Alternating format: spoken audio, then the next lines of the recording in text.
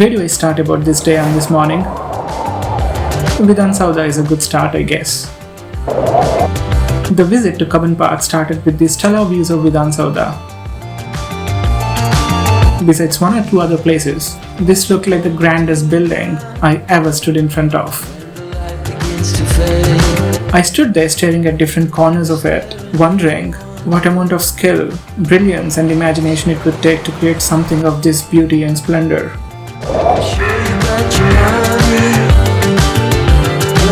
You tend to appreciate art and creativity more after you get started with some form of it yourself.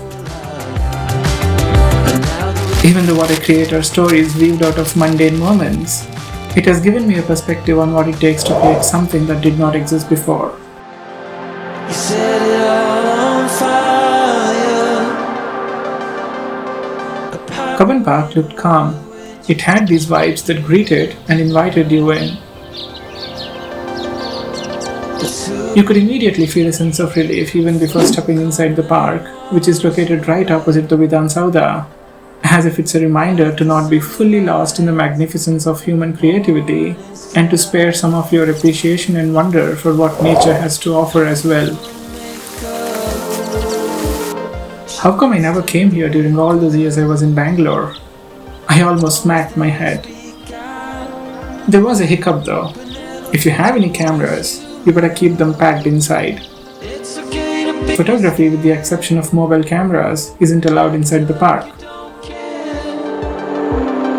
These scenes you're watching now were taken on a phone with a broken screen and an average camera, but I think it still managed to capture the bright and peaceful ambience of the place. And then, right after I stepped out of the park, this happened. I knew exactly how it happened. It was my clumsy handwork. But surprisingly, it caused just a sharp pain that soon passed.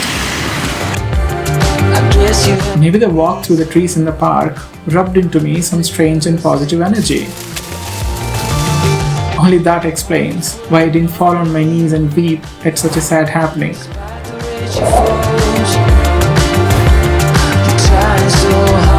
So I kept walking, and I'm glad I did, because I reached a milestone that morning.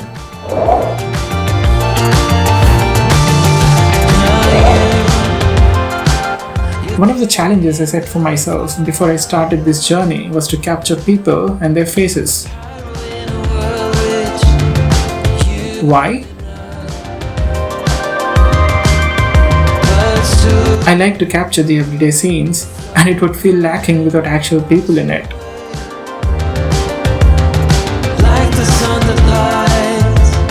I believe no scene looks dull with a human face at the center and its eyes staring right at the camera.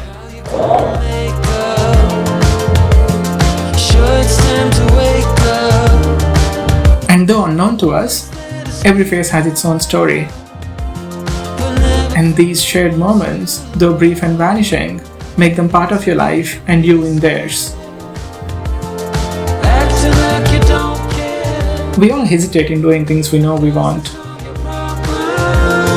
Sometimes it's out of fear and uncertainty. Sometimes it's because of not doing what it takes. We get even more hesitant when it got anything to do with people, like asking strangers if we can take their pictures and clips. The fear of different possible reactions from people can push you back. But people can surprise you, and in a good way, like they did that morning.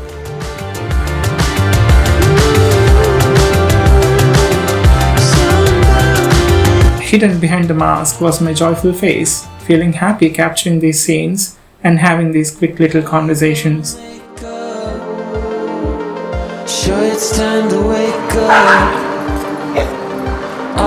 And it was as if every face I captured unlocked the power and confidence to ask another stranger for another picture.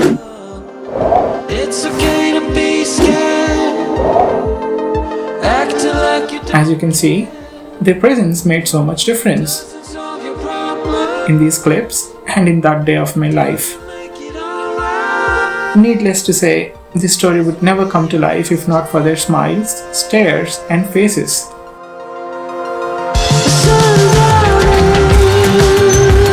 Thanks to all the people who gave me these memories. I wouldn't say I conquered the fear, but with all these clips, I do believe I kicked the hesitation far away. I guess you have your reasons. What about you? Never stay the same. What's holding you back from doing what you want? Pocket full of money. Despite the rage it falls. What's your name? Siddharth. Siddharth. Thank you, Siddharth. Have a good day.